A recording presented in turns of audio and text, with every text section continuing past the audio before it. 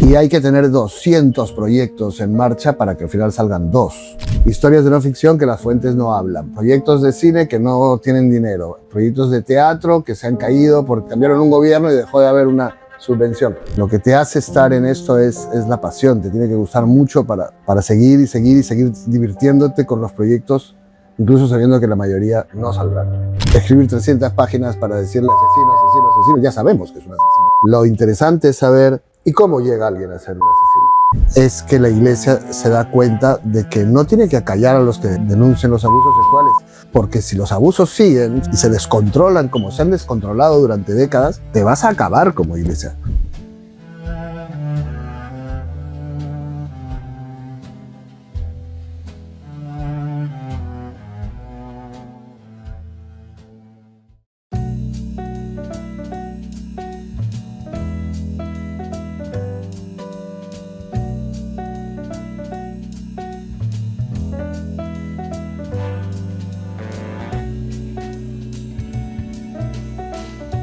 Hay escritores que construyen sus historias desde la imaginación y hay otros que observan la realidad, sus contradicciones, sus miedos y los personajes para convertirlos en literatura. Iniciamos esta nueva temporada de Voces con Café aquí en Lima desde la cafetería Vallejo Librería Café con un invitado muy especial. Santiago Roncaliolo es escritor, periodista y guionista peruano. Autor de obras que han sido traducidas a distintos idiomas y que han explorado temas como la violencia, la memoria, el poder, la identidad y la condición humana. Soy Micaela Cedrón Pirota y hoy hablaremos sobre su trayectoria, su manera de contar historias y sobre su más reciente libro, El Pastor y los Lobos, publicado bajo la editorial Planeta. Santiago, bienvenidos a Voces con Café. Es un verdadero placer tenerte acá con nosotras. Un placer, muchas gracias por la conversación y por el café. Santiago, sabemos que tu faceta como escritor, también como periodista, te ha llevado a grandes caminos, ¿no? Tanto aquí en nuestro país como en el extranjero. Ahora coméntanos, queremos saber quién es Santiago Roncaliolo cuando nadie lo ve, cuando está a solas. Un padre de familia. Yo nunca estoy a solas, tengo 2 hijos. Y lo que soy cuando estoy con ellos es un padre de familia que les cocina, al que no toman en serio y que se enoja porque mi hijo cuenta sus proteínas y sus calorías y eso me desespera porque me gustaría cocinarle cosas más ricas y que no lo mida todo. Soy una persona muy familiar, vivo muy lejos de donde crecí y no tuve una familia fácil. Y entonces ahora mismo tener yo unos hijos y una esposa es lo más valioso de mi vida. ¿Tus hijos también leen? Nada, es imposible. Bueno, mi hijo quiere ser empresario y estaba estudiando para un examen de inglés y el otro día apareció y me dijo, papá, después de que tanto me molestas, he encontrado un libro que voy a leer y me sacó un libro de Donald Trump. Y le dije, chico, mejor no leas, para cómo están las cosas. Pero mi hija lee algunos bestsellers y un poquito de literatura juvenil, pero yo no me pongo muy pesado. Ellos van a hacer lo que ellos sean y lo que sí hacen es conversan y discuten y dicen lo que opinan y tienen opiniones y eso también me parece muy importante. No he fallado en todo. ¿Les prohíbes, por ejemplo, alguna lectura, quizás? ¿Prohibir? No, de ninguna manera. Más en casa siempre se ha hablado de todo, incluso de cosas de las que mucha gente pensaba que no había que hablar, a edades en que pensaban que no había que hablar. En mi casa también, en la casa de la que yo vengo, siempre se habló, nunca fue un problema hablar. Y creo que eso es importante, que la gente se sienta libre de conversar y de tener una discusión educada. Creo que este mundo sería mucho mejor si todos pudiésemos tener una discusión educada en la discrepancia y decir las cosas que pensamos. Justo yendo por ese sentido, tú en algún momento comentaste que vienes de una familia paterna de izquierda, sin embargo tu madre venía ya de una cuestión un poco más de derecha, ¿no? Su familia, ¿no? ¿Cómo tú planteas tu propia opinión y cómo también puedes lograr esto que mencionas de escuchar al otro sin prejuzgar? Bueno, no había otra manera de sobrevivir porque me acuerdo que cuando íbamos a los almuerzos familiares, a los niños nos mandaban a jugar fútbol para discutir de política. Y cuando volvíamos, todavía escuchábamos los gritos a muerte que había dentro de la casa, y en cuanto abríamos la puerta, todos se callaban. Y fingían que no habían estado gritándose. En mi familia había gente muy de izquierdas, había gente muy de derechas, y tenían sus razones también para ser lo que eran. Entonces yo siempre aprendí tengo mis propias ideas, pero siempre me ha interesado mucho conversar. Me parece más interesante conversar con alguien que no piensa como tú, que es algo que cada vez parece más difícil, porque todo el mundo está histérico, pero las conversaciones en las que todos pensamos igual y nos felicitamos por lo inteligentes que somos son muy aburridas. Entonces yo siempre tuve que conversar con gente muy diferente, y luego eso me fue muy útil para poder investigar y conversar a terroristas, sacerdotes, escritores, presidentes, y aprender de ellos. Yo creo que la gente que piensa distinto que uno es una oportunidad de aprender, no un problema. Justo en esa línea, yendo al tema de tu trayectoria, bueno, sabemos que tú eres escritor, periodista, guionista, e inclusive algo muy interesante es que en entrevistas pasadas has comentado que no veías el ser escritor como una profesión, sino como algo adicional. ¿Creerías que actualmente vives tu sueño, por así llamarlo? Sí, claro. Soy un privilegiado. Poder dedicarte a contar historias es algo que poca gente puede lograr. También soy muy trabajador. Nunca dejo, o sea, no solamente escribo novelas, sino también guiones, y también teatro, y también libros de historias reales. Y hay que tener 200 proyectos en marcha para que al final salgan 2. Claro. Y entonces me fascina lo que hago, y no me cuesta estar todo el tiempo encima de los proyectos, pero el 90% del tiempo estoy fracasando. El 90% del tiempo hay historias de no ficción que las fuentes no hablan, proyectos de cine que no tienen dinero, proyectos de teatro que se han caído porque cambiaron un gobierno y dejó de haber una subvención. Lo que te hace estar en esto es la pasión. Te tiene que gustar mucho para seguir divirtiéndote con los proyectos, incluso sabiendo que la mayoría no saldrán.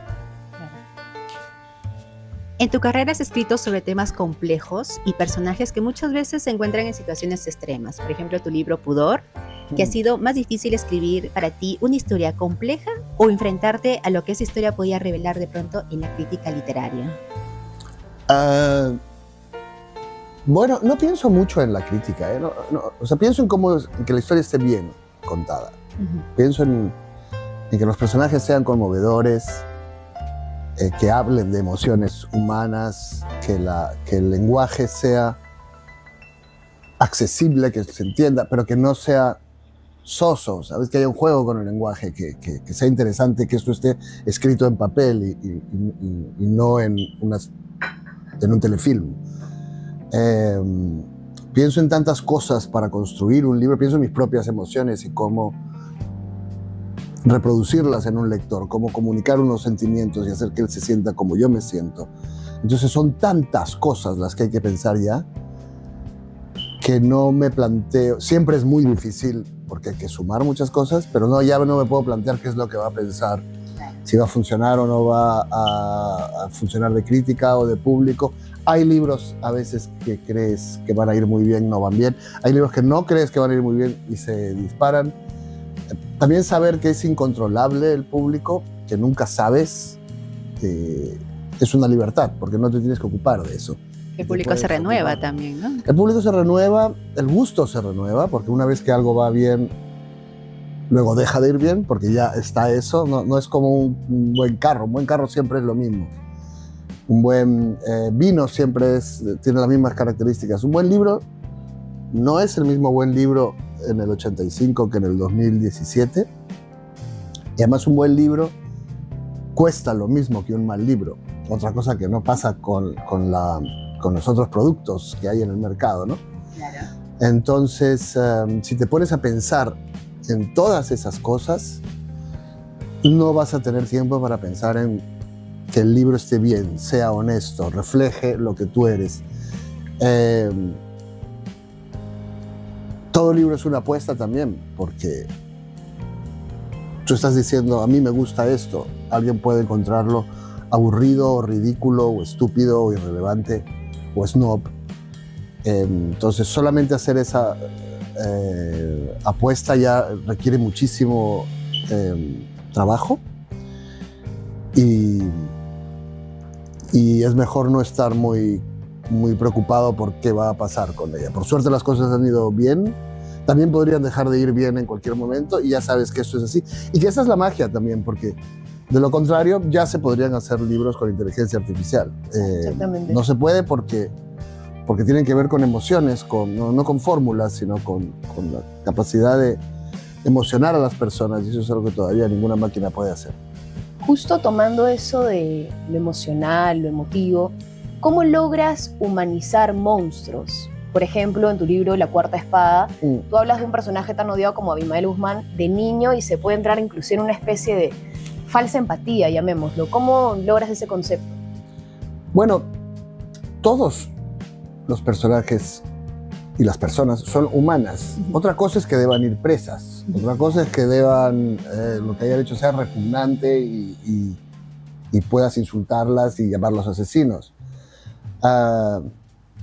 Pero no me interesa escribir 300 páginas para decirle asesino, asesino, asesino. Ya sabemos que es un asesino. ¿Cuál es la novedad con eso?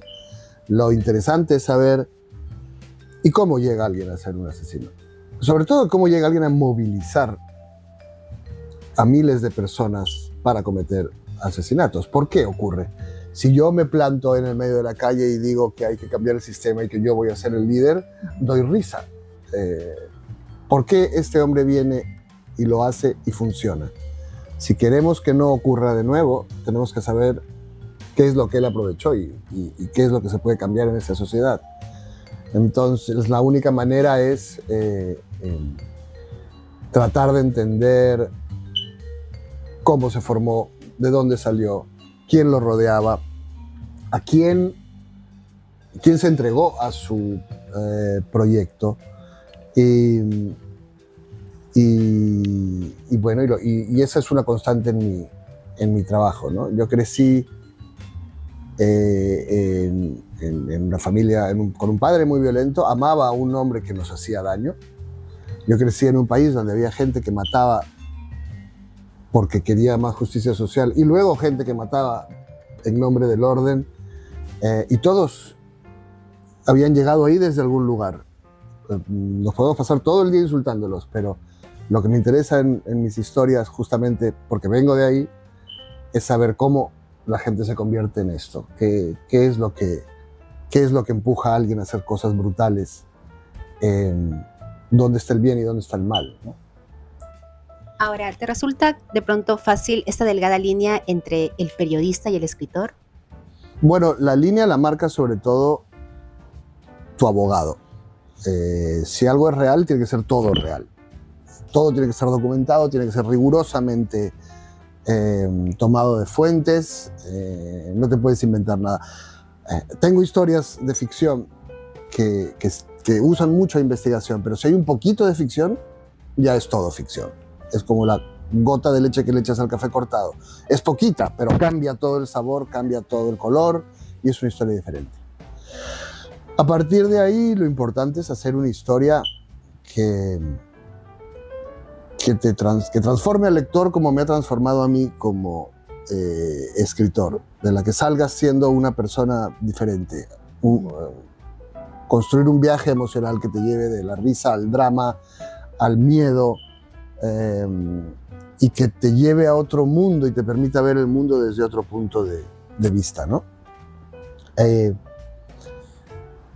La diferencia entre ficción y realidad es que quizás que la ficción está sobre todo adentro, depende de cómo lo que tú quieres decir, lo que a ti te incomoda, y la no ficción está allá afuera.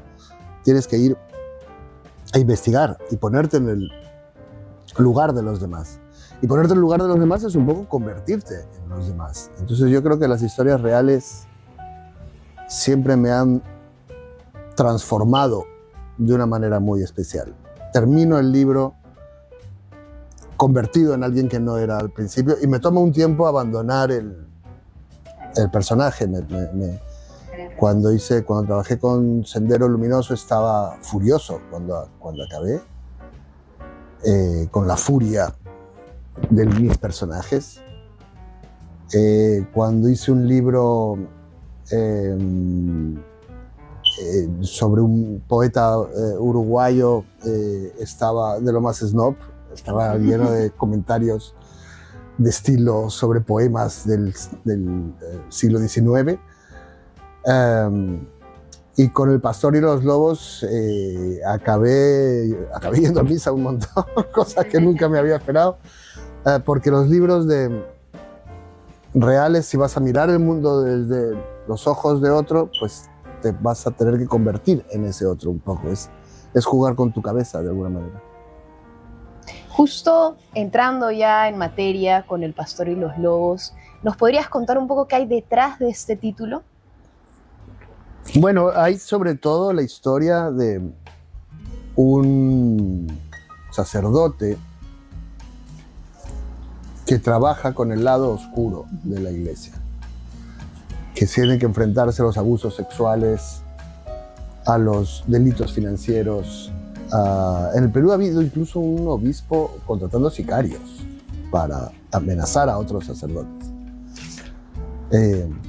Y él trabaja en el Perú, pero toda la iglesia en el mundo está cada vez más podrida y más llena de casos de estos. Y entonces el Papa entiende que este hombre lo hace tan bien que lo lleva a la curia y lo empiezan a propulsar para que sea el sucesor, para que sea el siguiente Papa. Pero este hombre, que es Robert Prevost,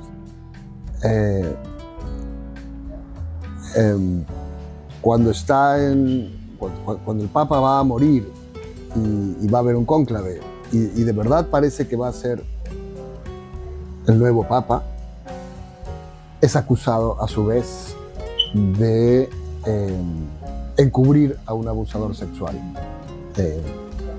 Entonces me encontré en esta historia con una especie de thriller con Papa. Es una historia de mucho suspenso y a la vez es una reflexión sobre el bien y el mal a partir de la guerra política que hay dentro de la iglesia, ¿no? Entonces tenía todos esos elementos que son casi de bestseller tipo Cónclave o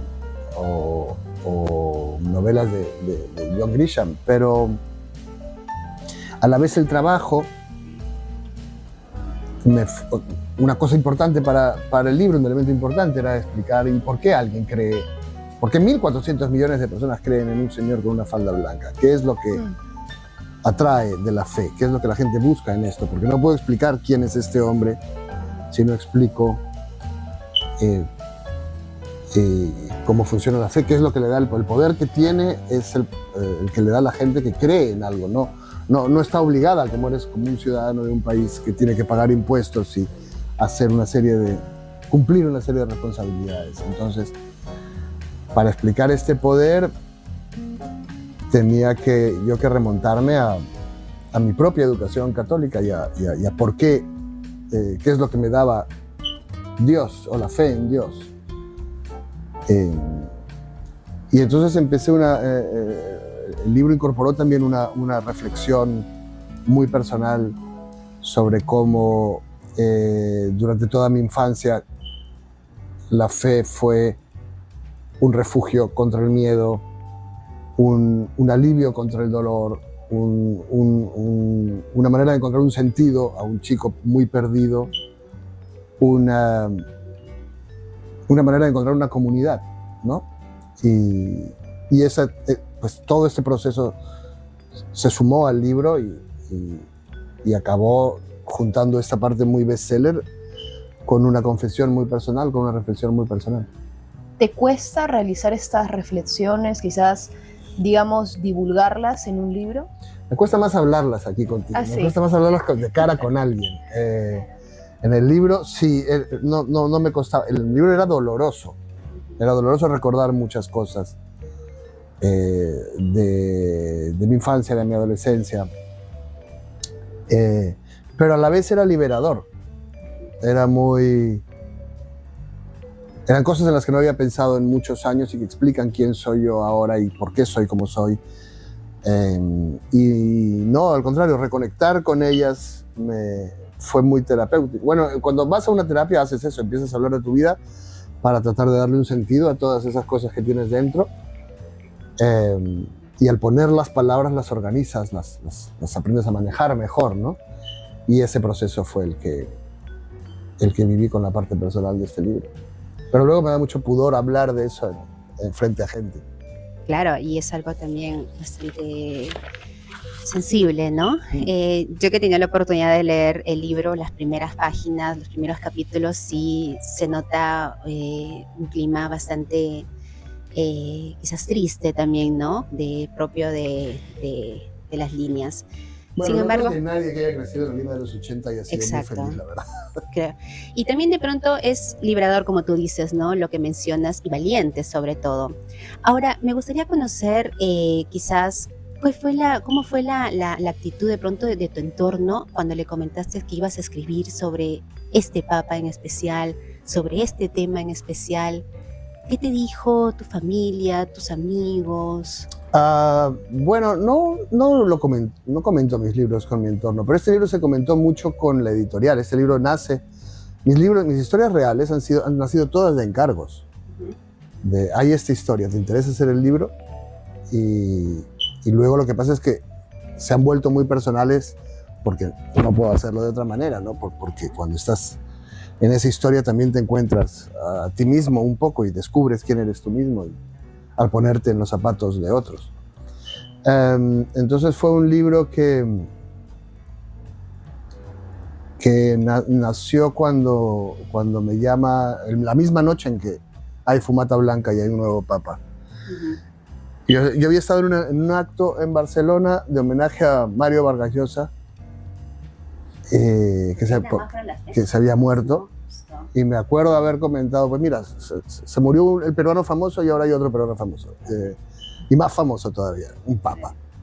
Y esa misma noche me llaman de la editorial y me dicen, oye, sí, tú escribes de religión, has escrito muchas novelas que tienen que ver con la religión, y hay un papa medio peruano, lo conoces, te podría interesar escribir sobre él.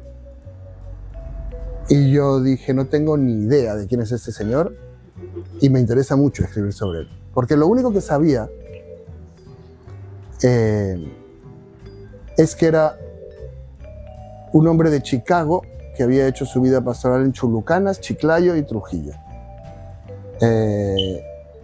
Alguien que prefiere vivir en Chulucanas que en Chicago es un misionero. Eso sonaba a alguien que tiene un compromiso social muy importante, más allá de su comodidad personal. Y si es un misionero que arranca en los años 80 en el norte del Perú, muy posiblemente esté influido por las ideas de la teología de la liberación, que es un cristianismo social que defiende que Dios no está en el cielo, sino en la tierra, y se encarna en la gente que sufre, en los pobres, en los vulnerables, en los inmigrantes, en los marginados, en las mujeres prostituidas, en todo el que sea frágil y que sufra. Y entonces pensé en el peor de los casos, porque además, ¿cuál es el problema técnico de hacer la historia de un sacerdote como la de un escritor? Que no hay mucho que contar. Normalmente dice cosas en una misa, pero no es un héroe de acción. ¿Qué vas a contar con ese señor? Entonces pensé, puede haber una historia en cómo alguien pasa de misionero en Chulucanas a papa, y esa historia tiene que ver con esta teología esta manera de entender el cristianismo con la que yo crecí, y seguramente nos lo podemos organizar y puedo contar algo. Pero eso es lo fascinante de las historias reales, que van transformándose, que conforme fuimos investigando empezó a aparecer esta historia que tiene que ver con la gestión de los pecados de la iglesia, y empezó a aparecer toda esta parte personal mía que iba brotando a cada paso y entonces el libro acabó siendo algo muy diferente. Santiago, imagino que por la estrecha relación que llevas con Paolo Gas, cercanía seguro con Pedro Salinas sobre el tema de sodalicio que publicó en el 2025, el libro que también se hace referencia a este tema. Y de seguro también imagino habrás visto la película Spotlight, que también habla muchísimo sobre ese tema, que también fue un escándalo de pronto mundial. De pronto te saltó este miedo por la reacción de una iglesia católica enfurecida, quizás, porque le están tocando fibras bastante fuertes o insospechadas, ¿no? Que obviamente los periodistas únicamente lo pueden hacer, ¿no? ¿Te pasó algo así? Bueno, por supuesto, hemos revisado el libro con 2 departamentos legales para que esté blindado y todo sea muy riguroso y muy preciso y muy demostrable, ¿no? Eso es parte del trabajo y se hace siempre, además, para verificar, que también a un autor le sirve para verificar que de verdad todas sus fuentes están verificadas y que todo lo puede demostrar. Pero más allá de lo legal, de unas personas concretas, nunca pensamos que sería la Iglesia Católica, porque justamente lo que muestra el caso de Pedro Salinas y Paolo Gas y Robert Prevost es que la Iglesia se da cuenta de que no tiene que acallar a los que denuncian los abusos sexuales, tiene que escucharlos. Porque si los abusos siguen, si se ocurre decir que esto no está pasando y se descontrolan como se han descontrolado durante décadas, te vas a acabar como iglesia. Han dependido de la educación durante siglos. Nadie va a poner a su hijo en un colegio donde pueden violarlo, ni sentir que una guía moral es una empresa que protege abusadores de niños. Lo que entendió Robert Prevost es que tenía que usar, que toda la iglesia a su alrededor, o casi toda, con la exclusión de algunos obispos y el nuncio apostólico, casi toda su iglesia se negaba a ver algo y se estaban suicidando. Y que entonces no podía contar con ellos, tenía que usar el trabajo de estos periodistas para llevarlo al Vaticano. Y él y el nuncio Nicola Girasoli son prácticamente los editores de Paola y Pedro, piden información, editan esa información, necesitan más pruebas de esto, necesitan un testimonio de esto, y todo está subiendo al Vaticano, y luego gestionan que el Papa reciba a Paola y a Pedro, porque es la única manera de propulsarlos, es la única manera de echar luz sobre esto, y ayuda a detener los abusos. En esa época, mientras todo esto ocurría, yo soy más amigo de Paola. Pedro lo conozco, nos llevamos bien, pero con Paola nos vemos más. Y en esa época Paola me acuerdo en alguna época estaba pasando como muchos procesos penales, algunos de ellos absurdos, y todos teníamos la idea, los amigos teníamos la idea de que Pedro la estaba arrastrando en su locura. Pedro tenía una relación muy personal con el sodalicio porque sentía que le habían hundido la vida, la relación con su padre, y que luego habían hundido a mucha gente a la que él llevó al sodalicio. Y Pedro es intenso, no es un diplomático. Y entonces pensábamos que él había arrastrado a Paola. Luego supimos, y yo durante el libro estudio y cuento, cómo no era así. Era Prevost el que estaba impulsando toda esa investigación, y desde las sombras, el que estaba moviendo todos estos hilos, porque sabía que lo otro es un suicidio para la iglesia. Dentro de esto que mencionas, evidentemente tienen que estar todos los datos reales para evitar ámbitos legales. Hay una frase que de seguro has escuchado: en esta casa no se habla ni de política ni de religión, y tú justamente mezclas ambos conceptos. Sí, es que yo no crecí en una casa de esas. En mi casa solo se hablaba de política y religión. Era ¿Y cómo insoportable. luchas contra la censura en una sociedad que sí cree en ese concepto? Bueno, yo tengo una ventaja, que es no vivir en el Perú. Uh-huh. Básicamente. no me puedes despedir, no me puedes acosar, no puedes mandar gente a pegar, que a veces ha habido, también Sí. ha habido, he tenido presentaciones de libros reventadas, gente que me va a pegar a firmas, intentos de denuncia penal que no prosperaban, que no iban a ir a ninguna parte, pero eran para intimidar.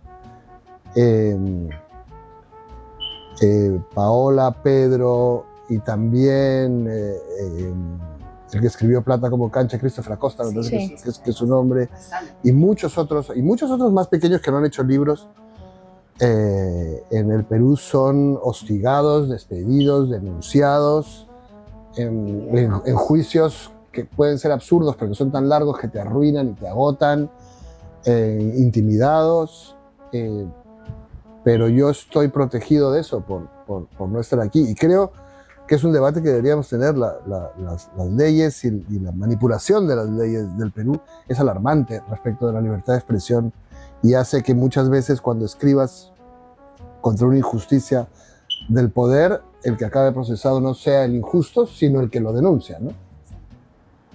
¿Y crees que lo más difícil para publicar este libro fue la investigación y lo que descubriste detrás, o tú ser parte como un personaje?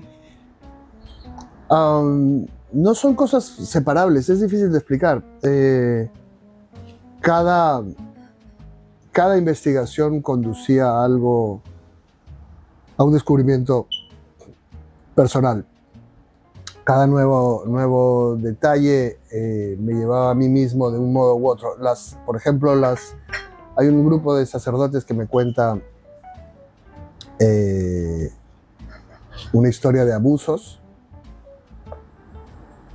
un grupo de sacerdotes agustinos, y fue muy curioso con ellos porque son más o menos de mi edad y limeños, y entonces siempre sentía que no éramos muy diferentes, que digamos, el tipo de gente que acabó siendo cura era parecida al tipo de gente que acabó siendo artista. Era gente que buscaba un sentido, que no quería solamente tener un trabajo y un sueldo, que buscaba un sentido más profundo para su vida, aunque seguramente implicarse E inclusive tú peor. quisiste ser cura. Sí, yo también había en algún tiempo quise ser cura, y entendí ahora al verlos que sí, teníamos las mismas inquietudes. Adolescentes además, generalmente un poco desadaptados, todo lo contrario que un chico de orden. Éramos chicos que no encontrábamos mucho nuestro lugar, y ellos lo encontraron ahí y yo lo encontré aquí, pero dos detalles distintos en nuestra vida y habríamos estado uno en el lado del otro, ¿no? Entonces también me iba conociendo a mí mismo con cada fuente que aparecía. Había gente laicos y sacerdotes, sobre todo misioneros, que a la vez que yo veía monstruos con sotana, encontraba a estas personas y porque tienen una vida entregada completamente a los demás y que no tienen una vida familiar ni una vida sexual, o trabajan casi todo el tiempo gratis para hacer que la vida de otra gente sea mejor. Y también me daba cuenta de que yo vivo rodeado, y yo mismo soy un señor que va a cenar contigo y te cuenta cómo debería ser todo el mundo.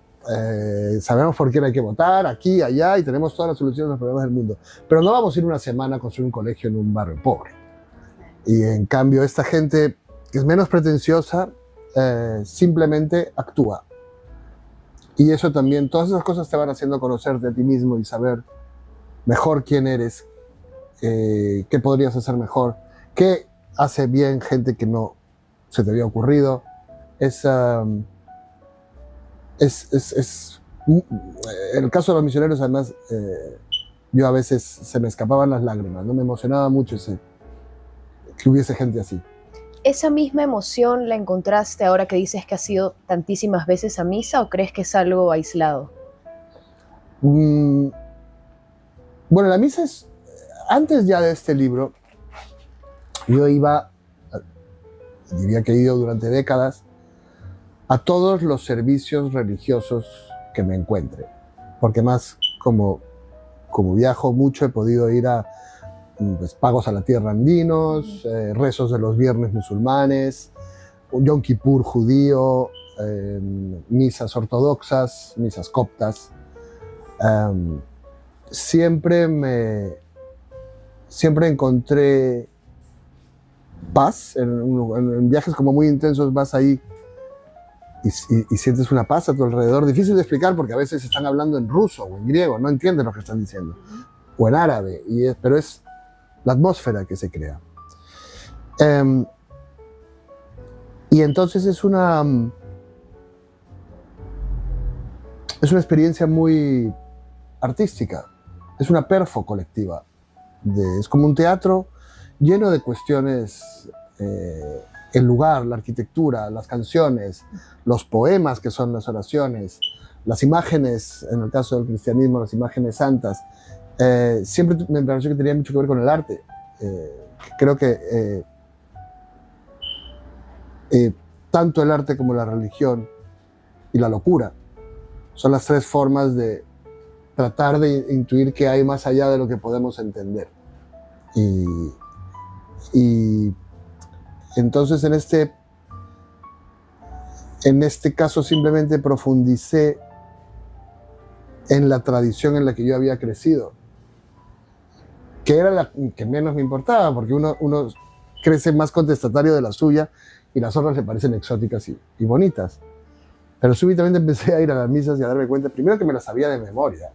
Sí. O sea que después de 30 años, de repente, ten piedad de nosotros. Sí, se te queda grabado. El Cristo, ten piedad, y las oraciones, y todo se había quedado grabado en mi cabeza, y que hay momentos como darse la paz, y ritos colectivos que forman una comunidad, que hacen que conectes con la gente que te rodea. Y por último, que la experiencia es muy literaria, es decir, de lo que se trata todo en el núcleo, todo lo demás es rito para hacer comunidad, pero en el núcleo es la lectura de una parte de la vida de Jesús que adaptamos, el sacerdote relee y adapta a la vida de la gente que hay ahí. Entonces, en cada situación, en cada país, en cada momento de la vida, se reactualiza, nunca se agota.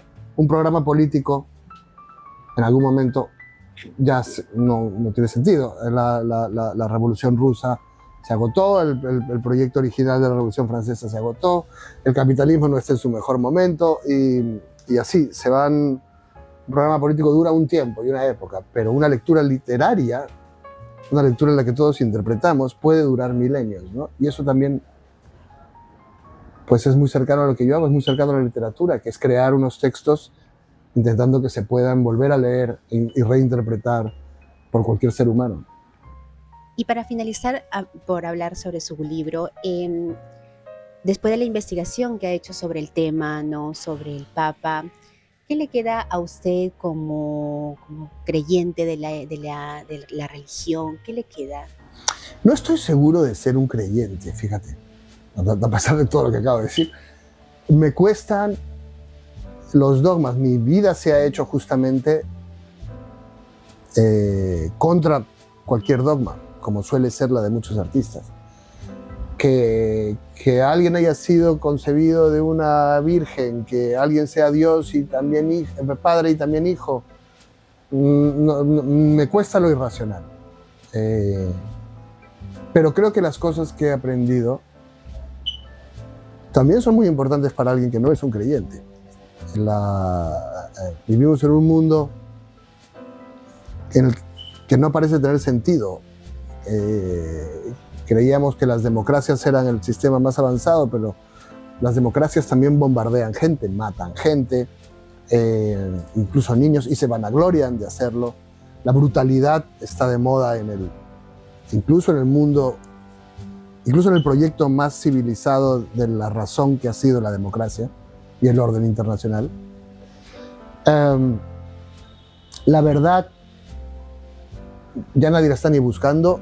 Ves a gente muy de derechas que discute con gente muy de izquierdas y y sabes que nunca van a llegar en una parte, que solamente se trata que cada uno de repetir. Ya sabes antes de que lo diga lo que va a decir, porque solo están repitiendo un relato. Y lo que he aprendido tiene que ver con cómo encontrar un sentido donde no lo hay, cómo reconectar con tu comunidad, cómo buscar la verdad, una verdad que se pueda compartir, cómo refugiarte del miedo, cómo aliviar el dolor. Entonces creo que eso es algo que estamos buscando todos hoy en día. Con tu don para la escritura, hay algo que mencionaste hace tiempo atrás, que claro, todo lo que es audiovisual, series o películas, en temas monetarios es un poco más complejo, mientras que la escritura, el límite es básicamente tu imaginación. Claro, no hay que producir un mundo para que lo filme una cámara, ¿no? Todo lo que salga de tu cabeza es lo que está en el libro. Pero la dificultad radica en proyectar esa imagen en el lector. ¿Cómo la logras? Bueno, yo trato de que la historia te transporte al mundo que estoy narrando. Muchos autores, amigos y colegas, se obsesionan con construir una voz reconocible. Yo quiero que no te des cuenta de que hay una voz. No quiero que te des cuenta, que no pienses en que te están contando una historia, que solo pienses en lo que está pasando ahí, que hables con esos personajes, huelas a esos personajes, te transportes con ellos a donde ellos van, te angusties con ellos y que sea una experiencia vital en la medida de lo posible. Es que darle al lector lo mismo que a mí me han dado los libros, que es más vida, una vida extra, una vida más allá de la que nuestro cuerpo nos permite, ¿no? Y para eso trato de ser muy sensorial, que veas los lugares, que entiendas los espacios, las iglesias en este caso, los ritos de la iglesia más pobre, los fastos de la iglesia más rica, y que conectes con esos personajes como conectarías con alguien que estás conociendo, que puedas conocerlos como conoces a las personas, incluso mejor, porque las personas no se dejan conocer fácilmente. En cambio, en el libro trata de escoger lo que deberías conocer de ellas, ¿no? Y esa es la idea. Eso ya dependerá de los lectores y decirme si lo logro o no. Y las diferentes percepciones que también hay con los lectores. Bueno, a mí me interesa respetar mucho las diferentes percepciones de todos los personajes. En este libro es bastante claro cuáles son mis simpatías, pero también he sido respetuoso con las historias que me ha contado gente muy distinta que yo. Y de hecho, me parece que enriquecieron mucho el libro en las perspectivas de gente muy diferente. Una de las entrevistas más bonitas me la dio el cardenal más conservador con el que hablé, Gerald Müller, que era un gran enemigo de Francisco. Y en realidad yo lo quería para ilustrar la división en la iglesia. Así que mi primera idea en la entrevista fue provocarlo para que despotrique contra Francisco y contra la iglesia más progresista y más social, y se me escapaba, no lo lograba. Y cuando terminé la entrevista pensé, bueno, lo que pasa es que es un teólogo de 80 años, claro, y no soy capaz, se me escapaba porque no estoy preparado para hacer esto. Pero luego, cuando la volví a escuchar a ver si podía salvar algo, me di cuenta de que me había contestado todo lo que yo quería, pero en sus términos. Y una de las cosas más bonitas que me dijo y que fueron muy iluminadoras es que él y, por ejemplo, el Papa Benedicto son alemanes. Sí. Son de donde fue el cisma protestante. Viven con la culpa de que los suyos rompieron la Iglesia Católica. Claro. Y y entonces han sido muy rigurosos y durante siglos han construido facultades de teología para mantenerla unida, y durante siglos han escuchado a los protestantes decir que los católicos son supersticiosos, irracionales y que no pueden tener una ciencia. Entonces se han obsesionado por demostrar la relación entre la razón y la fe. Pero luego cuando apareció la teología de la liberación, y Gustavo Gutiérrez, que es peruano, y Leonardo Boff desde Brasil, y Ernesto Cardenal desde Nicaragua, y toda esta teología social, aparecieron en América Latina donde no había estas facultades que llevaban siglos. Entonces no había un rigor ni una tradición de pensamiento. Y aparecen estos en la época de la Revolución Cubana, después del Concilio Vaticano, con una cosa que se parece mucho al marxismo, pero que es una interpretación marxista de la Iglesia. Y Müller dice, porque esos chicos eran como poetas. Y me pareció la definición más, eran unos hippies.